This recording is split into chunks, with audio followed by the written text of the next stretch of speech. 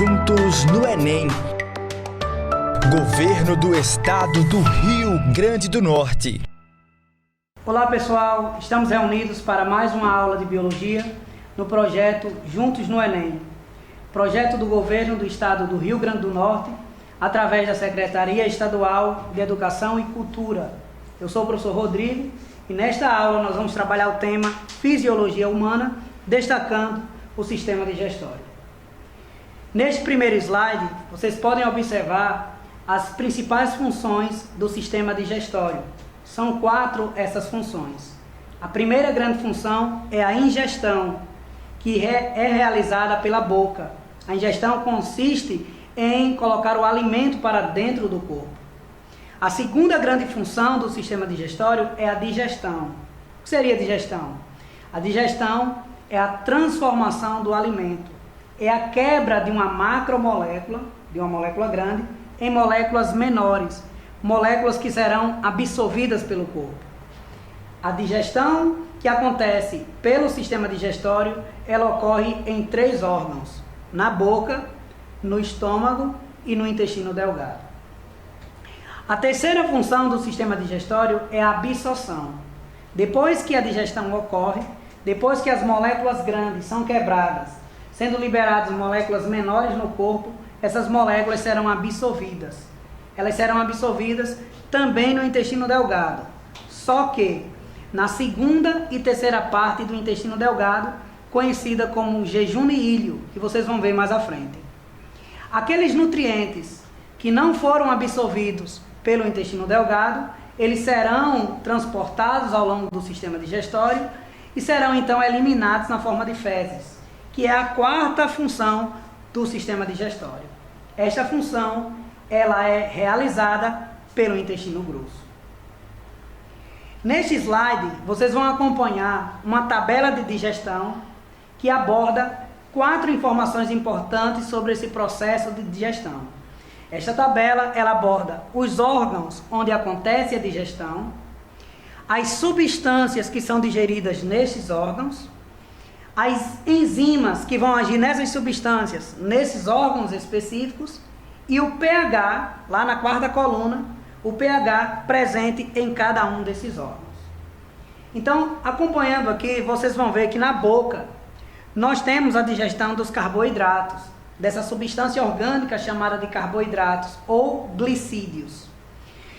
Na questão pode apresentar, ao invés do nome carboidratos, o alimento que contém o carboidrato, como por exemplo o pão, o macarrão, a batata. O carboidrato que é digerido na boca, o principal carboidrato é o amido. O amido é um polissacarídeo de reserva vegetal que está presente na nossa dieta, e este amido, sendo carboidrato, ele vai ser digerido na boca pela ação de uma enzima que tem um nome bem sugestivo. Essa enzima presente na boca que vai digerir o carboidrato amido, ela é chamada de amilase salivar. É importante vocês perceberem que a amilase salivar, ela pode também ser chamada de pitialina.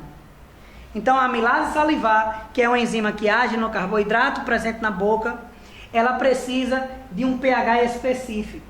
É necessário que na boca o pH seja um pH 7, um pH chamado de neutro.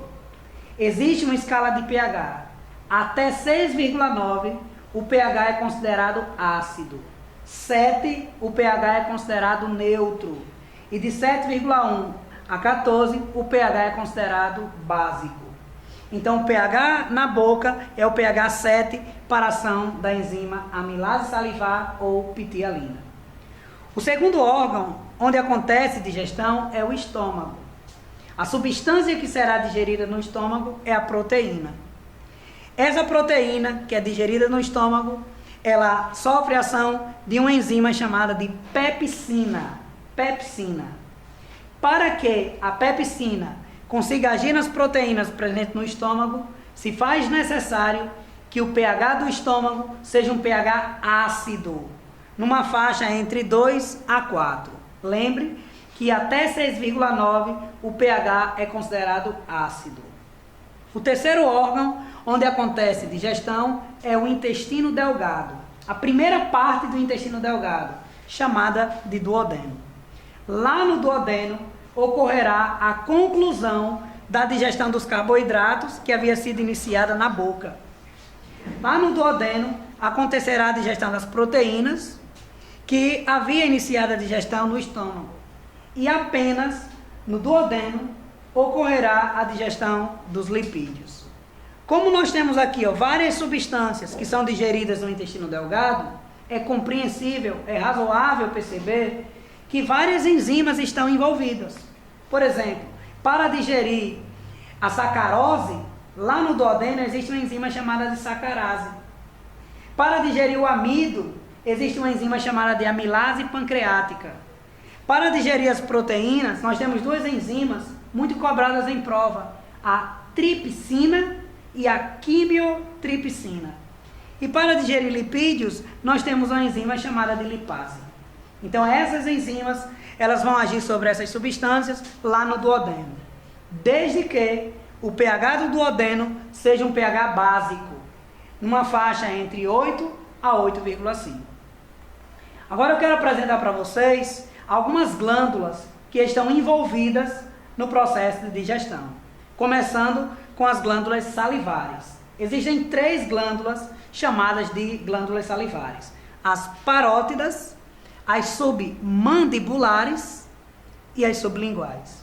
Essas glândulas, elas estão responsáveis pela produção da saliva. Esse líquido, a saliva, contém a enzima amilase salivar ou pitialina, que age sobre os carboidratos. A segunda glândula que nós queremos chamar a atenção são as glândulas estomacais. Essas glândulas presentes na parede do estômago. Essas glândulas, elas são responsáveis pela produção do suco gástrico. Essa secreção, denominada de suco gástrico, ela apresenta 2 componentes importantes. O ácido clorídrico, que vai deixar o pH do estômago ácido, e existe também no suco gástrico, além do ácido clorídrico, a famosa enzima pepsina, que é a enzima que vai agir sobre as proteínas. Quero chamar a atenção de vocês para essa terceira glândula, o pâncreas. O pâncreas é responsável pelo famoso suco pancreático. No suco pancreático você percebe a presença de várias enzimas e de uma substância chamada de bicarbonato de sódio. As enzimas, elas vão agir sobre as substâncias presentes no intestino delgado e o bicarbonato de sódio será responsável por deixar esse intestino delgado, especificamente falando do duodeno, que é o local do intestino delgado onde acontece digestão. Esse bicarbonato de sódio, ele deixará o duodeno com pH básico, entre 8 a 8,5. Quero chamar a atenção de vocês também para o fígado e a vesícula biliar. Veja bem, o fígado, ele é importante para a produção da bile, uma secreção esverdeada, rica em ácidos biliares. E a vesícula biliar, ela é importante para o armazenamento da bile. Então, o fígado produz a bile e a vesícula biliar armazena essa bile. Professor, para que serve a bile? A bile é importante para a emulsificação das gorduras e para facilitar na digestão dessas substâncias. 2 são essas funções importantes: emulsificação das gorduras e a facilitação da digestão dessas gorduras. Depois que o alimento ele é digerido, depois que as moléculas grandes, as macromoléculas, elas são quebradas, sobram moléculas pequenas, que chamaremos de nutrientes. Esses nutrientes, eles serão absorvidos no intestino delgado, nas últimas 2 porções do intestino delgado, conhecidas como jejuno e íleo.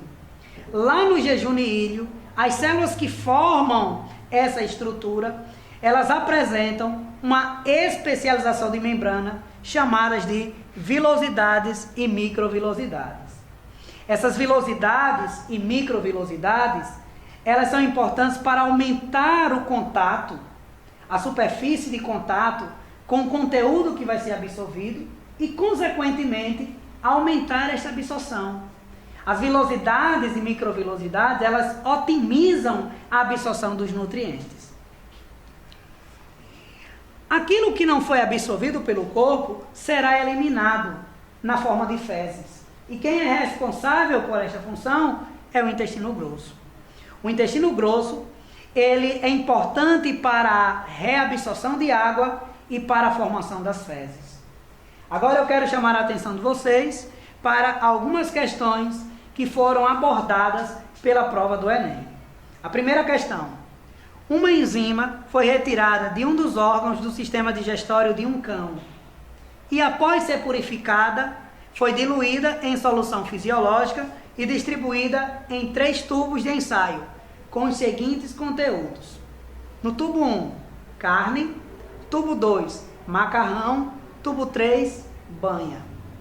Em todos os tubos foi adicionado ácido clorídrico e o pH da solução baixou para um valor próximo a 2. Além disso, os tubos foram mantidos por 2 horas a uma temperatura de 37 graus Celsius.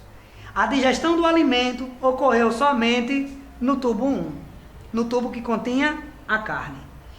De que órgão do cachorro a enzima foi retirada? Então é uma pergunta que a prova fez ao aluno, e para responder esta pergunta, para escolher a opção correta, o aluno precisaria considerar algumas informações dadas no texto. Primeira informação é que esta enzima, ela agiu no tubo que tinha carne, rico em proteína, e este tubo ele estava com um pH ácido. Então, uma enzima que age sobre proteínas num pH ácido é uma proteína que está presente no estômago. E essa proteína, inclusive, tem nome. Ela é chamada de pepsina.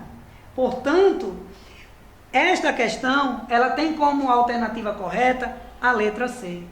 A enzima que foi retirada do sistema digestório do cão foi retirada do seu estômago, porque essa enzima, ela age sobre proteínas, presente aqui na carne, num pH ácido.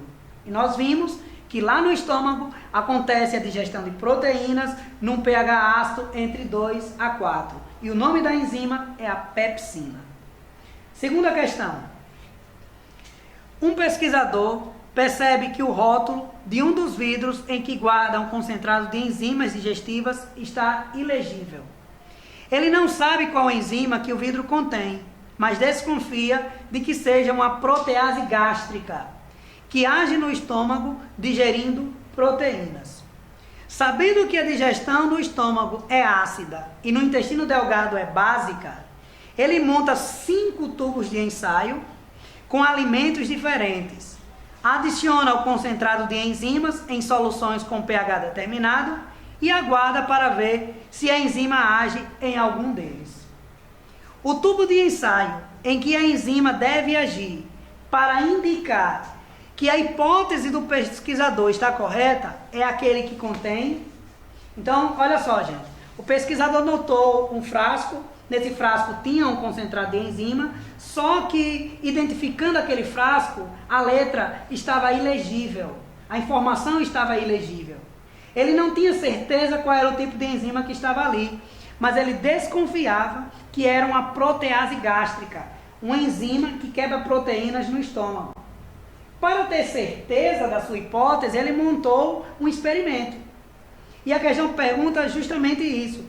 Para que a hipótese dele, que aquela enzima era uma protease gástrica, a hipótese dele estava correta, em qual tubo ocorrerá a digestão? Se a hipótese do pesquisador está correta, que a enzima, que ele não tem certeza, mas ele desconfia que é uma protease gástrica, está ali presente, certamente o tubo onde ocorrerá a digestão é um tubo que tem um alimento rico em proteínas e o pH desse tubo deve ser um pH ácido, pois a protease gástrica, ela age sobre proteínas num pH ácido. Diante dessas informações, dessas considerações, a alternativa correta é a letra B. Por que letra B? Se a hipótese dele está correta, que lá no tubo existia, lá no frasco existia a protease gástrica, então o tubo que tem proteína, ou seja, a proteína presente aqui na carne, e o pH abaixo de 7, que é o pH ácido, no caso aqui o pH 5, é a opção correta. Portanto, a alternativa correta, letra B. Nós vamos agora observar a nossa terceira questão. As serpentes que habitam regiões de seca podem ficar em jejum por um longo período de tempo, devido à escassez de alimento. Assim, a sobrevivência desses predadores está relacionada ao aproveitamento máximo dos nutrientes obtidos com a presa capturada. De acordo com essa situação, essas serpentes apresentam alterações morfológicas e fisiológicas, como o aumento das vilosidades intestinais e a intensificação da irrigação sanguínea na porção interna dessas estruturas. A função do aumento das vilosidades intestinais para essas serpentes é maximizar o ou a... Então, olha só, gente, a questão fala que essas serpentes, elas passam muito tempo sem se alimentar. Então, quando elas capturam a presa, quando elas vão se alimentar dessa presa, elas precisam aproveitar ao máximo os nutrientes presentes neste alimento. E para isso, ao longo do tempo, essas serpentes passaram a apresentar adaptações, como o aumento das vilosidades e o aumento da intensificação sanguínea naquela região do seu corpo. Aí a questão, ela especifica, o comando da questão pergunta o seguinte: a função do aumento das vilosidades intestinais para essas serpentes é maximizar. Aí o aluno precisaria lembrar que as vilosidades intestinais, elas têm como objetivo aumentar o contato com o nutriente e, consequentemente, aumentar a absorção. Então, as vilosidades intestinais, elas têm como objetivo aumentar, maximizar a área de contato com o conteúdo intestinal para a absorção dos nutrientes. Galera, eu quero agradecer a atenção de vocês e falar para vocês que continuem focados, estudando com muita disciplina, com muito foco e muita abnegação. Fiquem com Deus, professor Rodrigo, Biologia na Cabeça. Juntos no Enem. Governo do Estado do Rio Grande do Norte.